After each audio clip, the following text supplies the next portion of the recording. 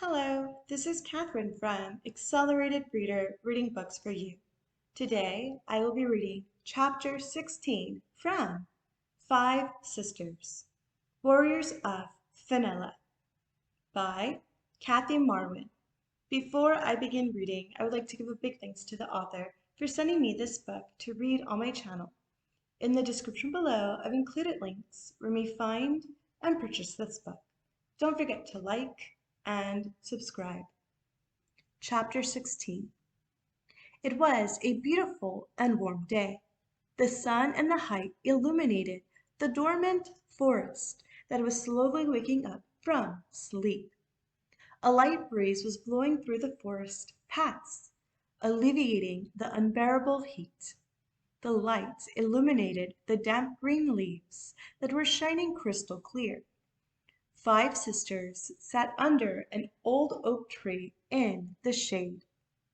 So, we will soon be in the final battle, Bella said.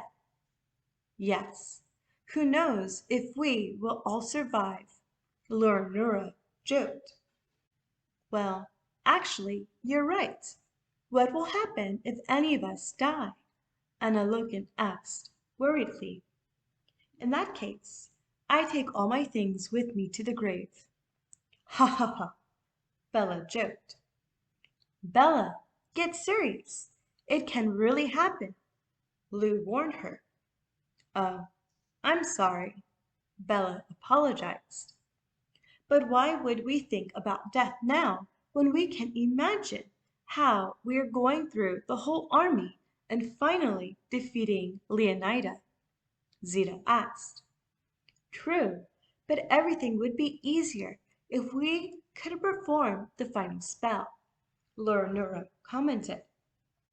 Well, we know one of us is not our sister, Bella said. I'd bet it's you, Zita told her. It's not true. I think it's you, Bella replied. Hey, that would be enough. It doesn't matter who isn't our sister. It matters that we are a team, Anna Logan concluded. Everyone agreed with her opinion except Lou.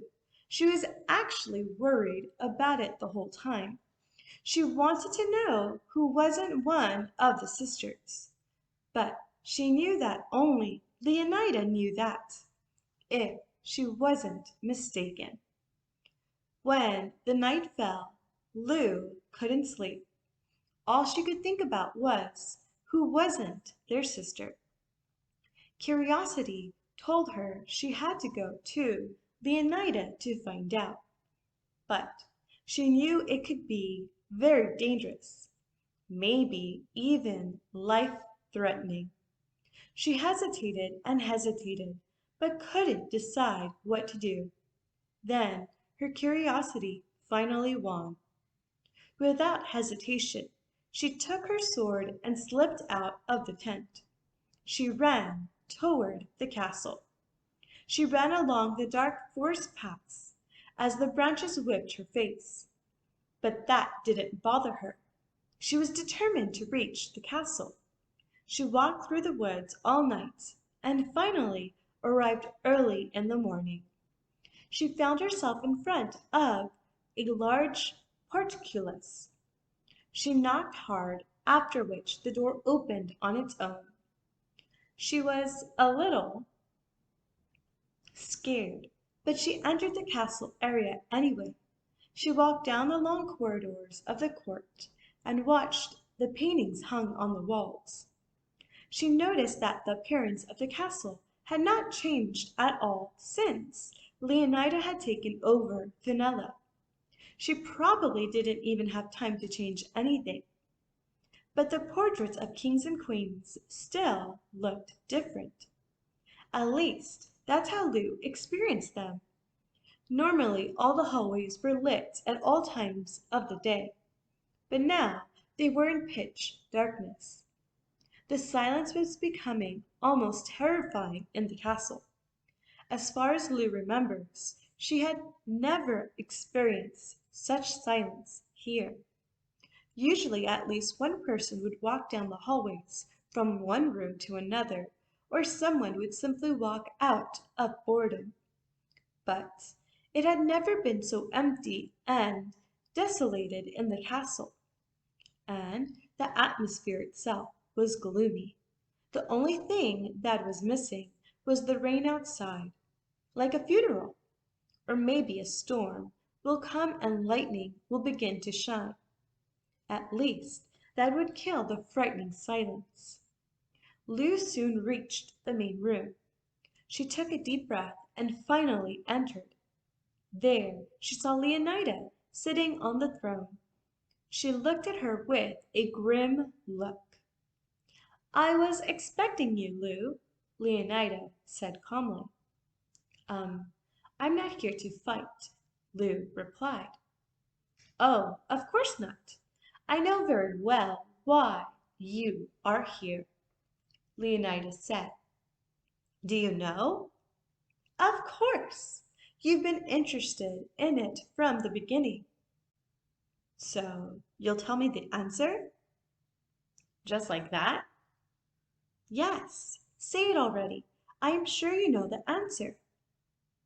"Lou, I know a lot more than you think. I am a grown-up and have experience, while you are still a drooling 19-year-old. Don't say that. I'm just stating the facts, Lou. These are not facts but fabrications. Besides, you're diverting from the topic." Lou was angry. "True, you noticed well, but you don't really need me. You can find the answers elsewhere." "And where is that, please?" "You already know the answer." "No, I don't know. Come on, tell me, which of us isn't our sister?" "Think for yourself," Leonida challenged her. "Maybe Bella. She doesn't even look like one of us." "Completely wrong. Bella is your sister." "Completely wrong. Bella is your sister." "Then maybe Lornura? She's a fighter and doesn't fit in at all." "Wrong. She is also one of the sisters." "Maybe it's Zeta?" "No, wrong. She is also one of the sisters." "It's not Anna Loken, is it?" "No, you are wrong again."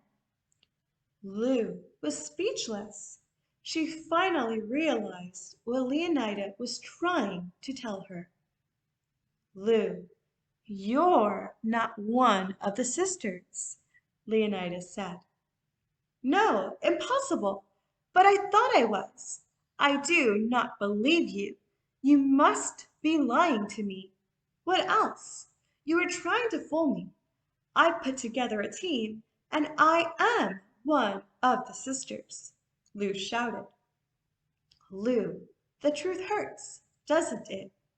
I know it's hard to accept, but you don't have a choice." "No, you have no evidence. Maybe you're lying and trying to trick me." "Lou, can you control the fire? Cause earthquakes? Do you possess 3 ancient spells?" "No," Lou said softly. "Well, the fifth sister can do it all. You have no chance against me, Lou. Retreat now until it's too late. You are not part of the team. Your destiny is to be a miserable court maid, nothing more. But I'm not so sure if I just want to let you go." Suddenly an arrow flew directly past Lou's face. Lou shuddered and quickly took her sword in her hands.